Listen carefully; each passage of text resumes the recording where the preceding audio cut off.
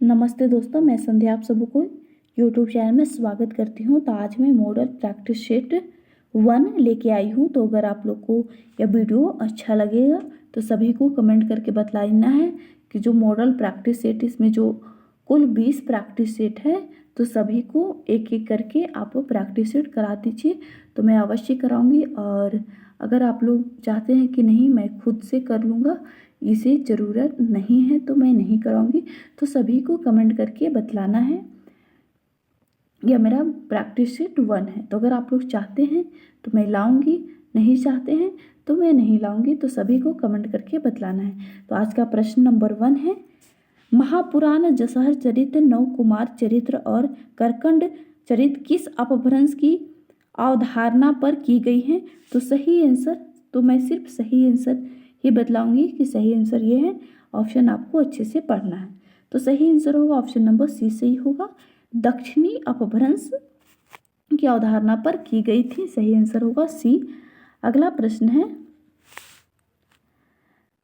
आपको रचनाकार दिया हुआ है और रचना तो सुमेलित करना है। तो सही, तो दामोदर शर्मा की रचना है उक्ति व्यक्ति प्रकरण, और रोड कवि का है राहुल वेल, वंशी धर का है प्राकृत फैंगलम, और उदतमान का है संदेश रास। तो सही आंसर, तो इसका ऑप्शन नंबर सी सही होगा। ए का 2, बी का 1, सी का 4 और डी का 3 सही आंसर होगा। ऑप्शन नंबर सी सही होगा। अगला प्रश्न है, संदेश राशक तथा कृतिलता किस भाषा से संबंधित दो प्रमुख रचनाएं हैं? तो सही आंसर होगा ऑप्शन नंबर बी सही होगा, अवहट भाषा। सही आंसर होगा ऑप्शन नंबर बी। अगला प्रश्न है, राहुल बेली किस भाषा का मूल स्रोत है? जो राहुल बेली है वे किस भाषा का मूल स्रोत है? तो अवहट भाषा का ऑप्शन नंबर ए सही होगा, अवहट भाषा का मूल स्रोत है। अगला प्रश्न है, खीरी सीतापुर गोंडा में कौन सी भाषा बोली जाती है? तो सही आंसर होगा ए, अवधी भाषा बोली जाती है। क्वेश्चन नंबर 6 है,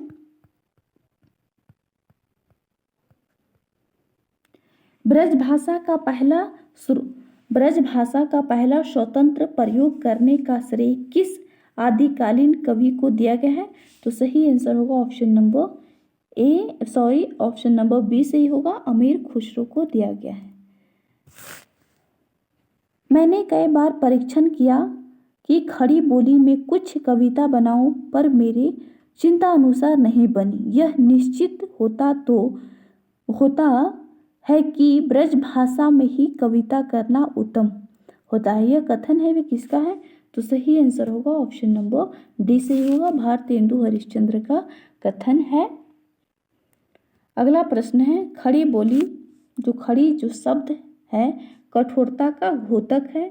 इसका प्रयोग इसलिए करना पड़ता है कि ब्रज भाषा की कोमल प्रकृति से खड़ी बोली का अंतर स्पष्ट दिखाया जा सके। यह कथन किसका है? तो सही आंसर होगा ऑप्शन नंबर डी सही होगा, डॉक्टर धीरेन्द्र वर्मा का कथन है। अगला प्रश्न है कि इनमें से जो राजभाषा नहीं, इनमें से किनकी राजभाषा नहीं है? तो अरुणाचल प्रदेश की राजभाषा नहीं है। और इसमें सही कथन का चुनाव करना है। तो सही होगा मागधी, प्राकृत, मागधी अपभ्रंश और विहारी सही आंसर होगा। अगला प्रश्न है, नैनीताल, अल्मोड़ा और पिथौरागढ़ की भाषा है? तो सही आंसर होगा ऑप्शन नंबर सी, कुमाऊनी भाषा है। ऑप्शन नंबर सी सही होगा। अगला प्रश्न है, कर्म और संपादन के लिए छ तथा करण व आपादान के लिए कार परासर्गों का प्रयोग की विशेषता है? तो सही आंसर होगा बघेली की विशेषता है। अगला प्रश्न है क्वेश्चन नंबर 13 कट गया है। 14 नंबर, हिंदी भारत का एकमात्र भाषा है जिससे अधिक कितना भारतीय द्विभाषा के रूप में प्रयुक्त करते हैं, तो 30%। सही आंसर सी होगा। उस भाषा का व्याकरण सरल होना चाहिए ताकि देश के अन्य हिस्से के निवासी यदि उसे सीखना चाहे तो सीखने की प्रक्रिया कठिन न हो। यह भाषा कहलाती है, तो कौन सी भाषा कहलाती है, तो राष्ट्रभाषा कहलाती है। सही आंसर बी होगा। अगला प्रश्न है,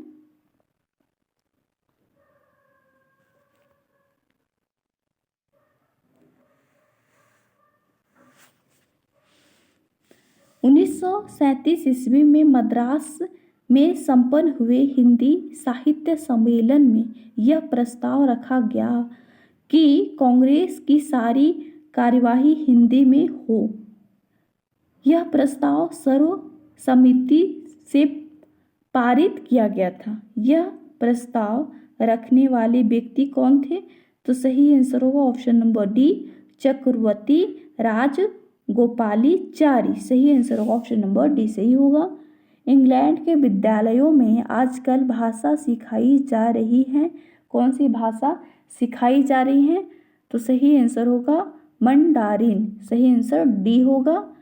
त्रिभाषा सूत्र के अंतर्गत भारत में लोगों के लिए दूसरी भाषा क्या है। जो त्रिभाषा सूत्र है उसमें भारत में लोगों की जो भाषा है वे क्या है, तो राष्ट्रभाषा। सही आंसर ए होगा।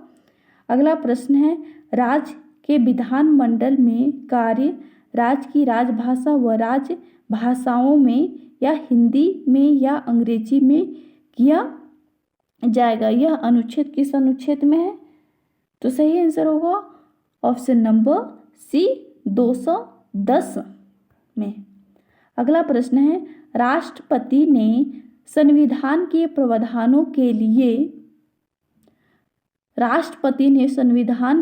प्रावधानों के अनुसार एक राजभाषा आयोग की स्थापना की गई। तो राजभाषा आयोग की स्थापना 1955 किसके द्वारा, बीजे खेड़े के द्वारा किया गया था। अगला प्रश्न है, मानक भाषा अभिप्राय होता है श्रेष्ठ भाषा होता है। सही आंसर होगा ए। अगला प्रश्न है, लिपियों के विकास की परंपरा को क्रम से सजाना है। जो लिपियों की जो विकास की जो परंपरा है उसको आपको क्रम से सजाना है। तो सही क्या होगा, सबसे पहले चित्रलिपि आएगी, उसके बाद सूत्र, उसके बाद प्रतीकात्मक लिपि, फिर अक्षरात्मक लिपि और वर्णात्मक लिपि। तो सही आंसर होगा बी सही होगा। तो ये प्रश्न को आपको अच्छे से याद करना है क्योंकि इससे संबंधित आपको अवश्य प्रश्न देखने को मिलेगी। तो जो लिपियों के विकास की जो परंपरा है उसको आपको अच्छे से देख लेना है। अगला प्रश्न है, सर्वप्रथम तिलक ने अपने पत्र केसरी के लिए फॉन्ट तैयार किया। तदुपरांत पूरी देवनागरी के लिए टाइपो व फॉन्ट सामने आया। तो सही आंसर होगा डी 190। मानक देवनागरी वर्णमाला भारत के शिक्षा मंत्रालय के द्वारा कब प्रभावित की गई। तो सही आंसर होगा 1966 ईस्वी में। अगला प्रश्न है, हिंदी वर्तनी का मानकीकरण में निम्नलिखित में से किसे होना आवश्यक है। तो सभी का होना आवश्यक है। ऑप्शन नंबर डी सही होगा। 25 का ऑप्शन नंबर डी सही होगा। अगला प्रश्न है 26 नंबर में, भाषा के यांत्रिकीकरण की शुरुआत किससे होती है। तो सही आंसर होगा बी टाइप राइटर से। सही आंसर बी होगा। अगला प्रश्न इनमें से खड़ी बोली का प्रथम महाकाव्य का कौन सा, जो खड़ी बोली का प्रथम महाकाव्य कौन सा है इनमें से। तो सही आंसर होगा प्रथम महाकाव्य प्रिय प्रवास खड़ी बोली का अगला प्रश्न है, किस पुस्तक में हिंदी का सर्वप्रथम उल्लेख हुआ है? हिंदी का सर्वप्रथम उल्लेख हुआ है किस पुस्तक में? तो सही आंसर होगा अवेस्ता पुस्तक में, ऑप्शन नंबर डी सही होगा। 29 नंबर प्रश्न है, भाषा साहित्य के स्तंभ में रूप में याद किए जाते हैं? तो रूप में याद किए जाते हैं किसे? फादर कामिल पुल के, ऑप्शन नंबर बी सही होगा। अगला प्रश्न है, जदुमणि बेसरा को उनकी कृति बैना के लिए 2005 में किस भाषा के तहत साहित्यिक अकादमिक पुरस्कार प्रदान किया गया था? तो सही आंसर होगा ऑप्शन नंबर ए, संथाली भाषा के लिए साहित्यिक अकादमिक पुरस्कार प्रदान किया गया था। एनसाइक्लोपीडिया मुंडारिका 1915 ईस्वी के रचनाकार का नाम है फादर हम्फ्मैन, ऑप्शन नंबर ए सही होगा। अगला प्रश्न है, 8वीं अनुसूचित में झारखंड की एकमात्र क्षेत्रीय भाषा संथाली को भारतीय संविधान में कब शामिल किया गया है? तो भारतीय संविधान में कब शामिल किया गया है? 2003 में, सही आंसर होगा ऑप्शन नंबर बी। अगला प्रश्न है, 5 परगना क्षेत्र में प्रचलित भाषा का नाम? 5 परगना क्षेत्र में प्रचलित भाषा का क्या नाम है? पंच परगनिया, सही आंसर होगा ए, सही आंसर ए होगा।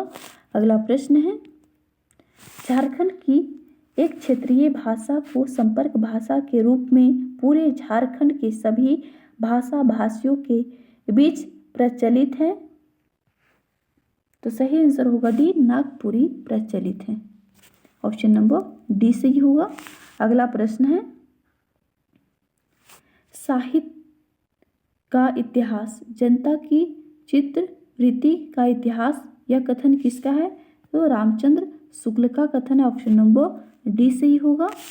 अगला प्रश्न है, इतिहास के प्रति भारतीय दृष्टिकोण किस प्रकार का रहा है? इतिहास के दृष्टि भारतीय दृष्टिकोण किस प्रकार का है? आदर्श मूलक व अध्यात्मवादी, ऑप्शन नंबर ए सही होगा। अगला प्रश्न है, जयप्रकाश भारती किस बाल पत्रिका के संपादक रहे हैं?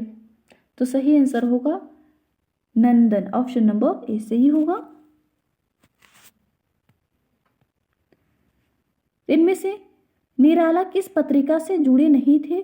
तो निराला है वे जागरण पत्रिका से नहीं जुड़े थे, और निराला जागरण पत्रिका से नहीं जुड़े थे, ऑप्शन नंबर डी सही होगा। सुधा से भी जुड़े हुए थे, मतवाला से भी और समन्वय से भी जुड़े हुए थे, सिर्फ जागरण पत्रिका से नहीं जुड़े हुए थे।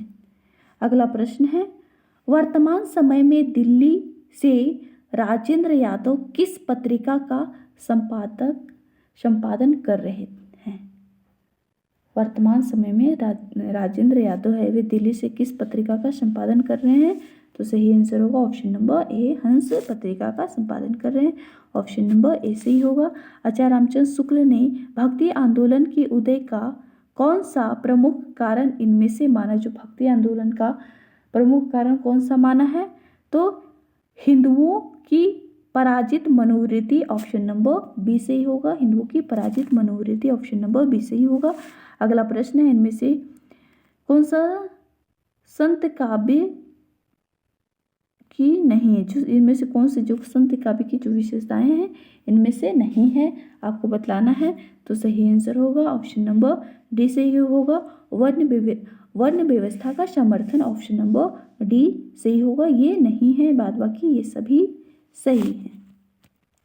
अगला प्रश्न है, बांग्ला भाषा में रचित रामकथा का नाम क्या है? जो बांग्ला भाषा में रचित रामकथा का नाम क्या है? तो कृतिवासी रामायण, ऑप्शन नंबर ए सही होगा।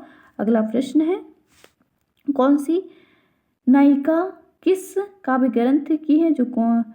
तो सुमेलित आपको करना है, सही आंसर का चयन करना है। तो सही आंसर होगा option number option number C सही होगा। एका 2 मारवाड़ी रूलर मारूरा दुहा होगा, और देवयानी का ज्ञानदीप होगा, चंदा का चंदायन, और काम कदला का माधवनल काम कदला। सही आंसर होगा ऑप्शन नंबर सी सही होगा। अगला प्रश्न है,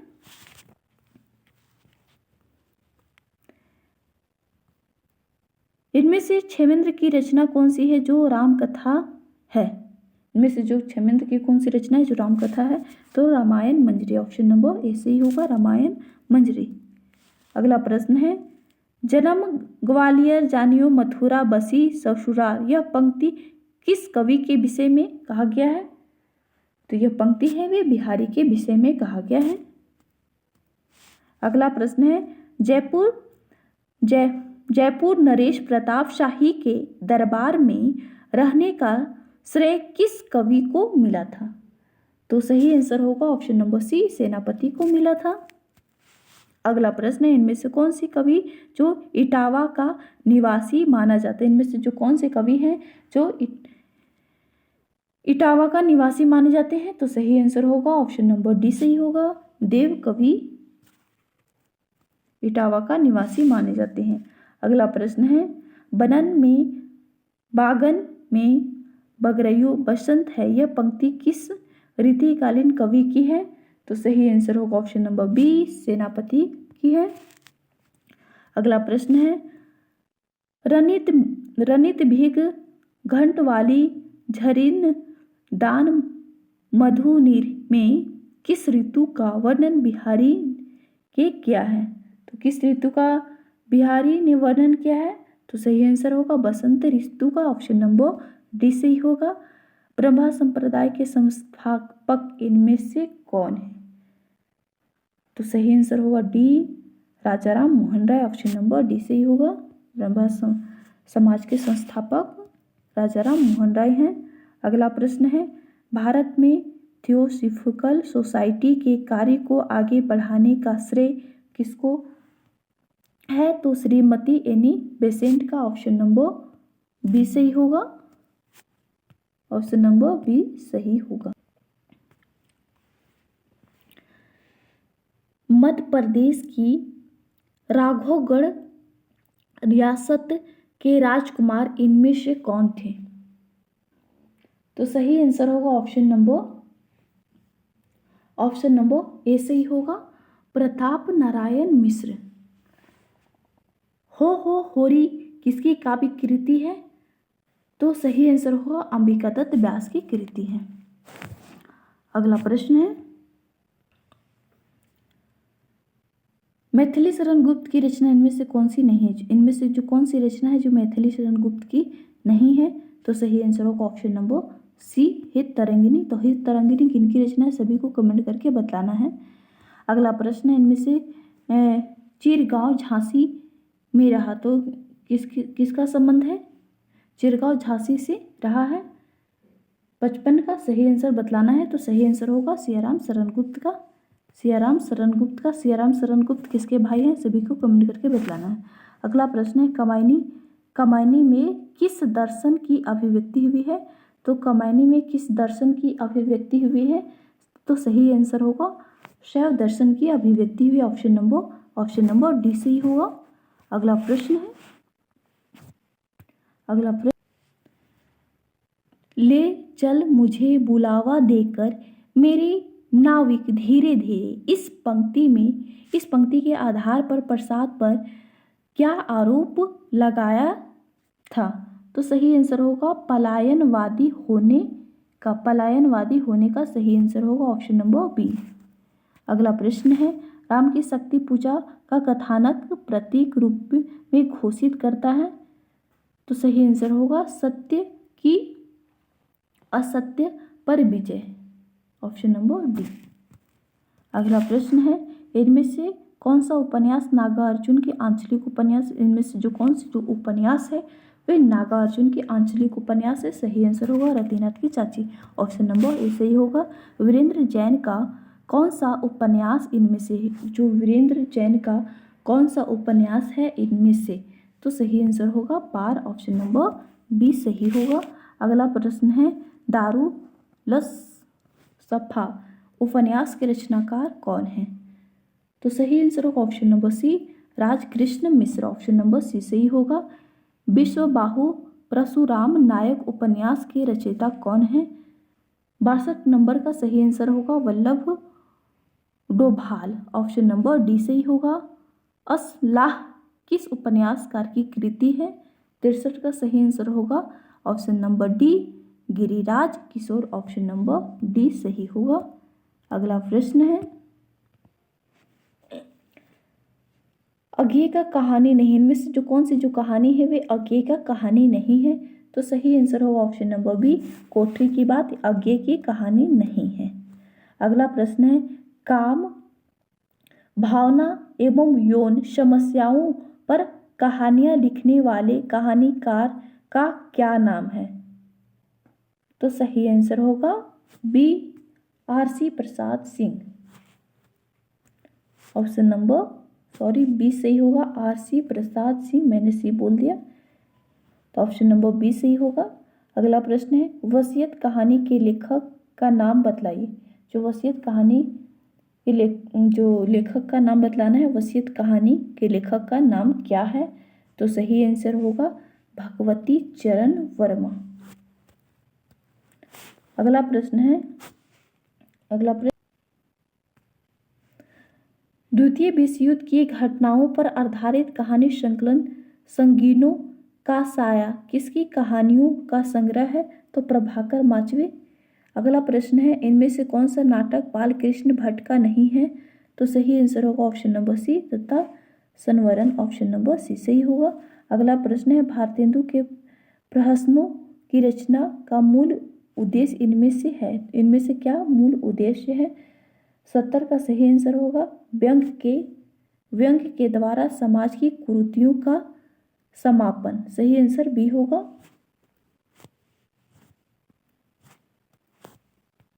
अगला प्रश्न चार बेचारे और उजबक नामक नाटकों के रचयिता कौन है? तो सही आंसर होगा ऑप्शन नंबर डी पांडे बेचन शर्मा उग्र। अगला प्रश्न है भारतेंदु युग के नाटकों में पाश्चात्य नाट्य कला के किस तत्व का समावेश है? तो सही आंसर होगा ऑप्शन नंबर डी अंत द्वंद भी है, चरित्र चित्रण भी है और काव्य व्यापार भी है, सही आंसर ऑप्शन नंबर डी सही होगा। इनमें से कौन सा कथन है? वे असत्य कथन का चयन करना है इनमें से। तो द्विवेदी युग के निबंधकारों में हास्य व्यंग्य की प्रधानता है, ये गलत है, ऑप्शन नंबर ए वे असत्य है, ऑप्शन नंबर ए असत्य है। अगला प्रश्न है इनमें से कौन सा निबंध है वे अध्यापक पूर्ण का निबंध नहीं? इनमें से जो कौन सा निबंध है वे अध्यापक पूर्ण का निबंध नहीं है? तो सही होगा लज्जा और गलानी अध्यापक पूर्ण का निबंध नहीं है। अगला प्रश्न है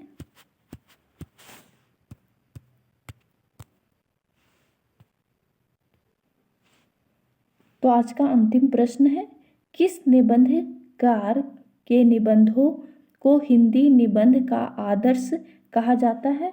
तो सही आंसर होगा ऑप्शन नंबर सी आचार्य रामचंद्र शुक्ल के निबंध को आदर्श निबंध कहा जाता है। तो आज मैं 75 प्रश्न लेके आई थी जिसमें से मॉडल प्रैक्टिस शीट में कुल 150 प्रश्न हैं। तो अगर आप लोग इसका जो पूरा 150 प्रश्न चाहते हैं तो सभी को कमेंट करके बतलाना है। और जो इसमें जो प्रैक्टिस सेट कुल 20 प्रैक्टिस सेट दिया हुआ है और 200 प्रैक्टिस सेट अगर आप लोग चाहते हैं तो सभी को कमेंट करके बतलाना है। तो आज के लिए इतना ही। वीडियो अच्छा लगा हो तो अवश्य लाइक कीजिए।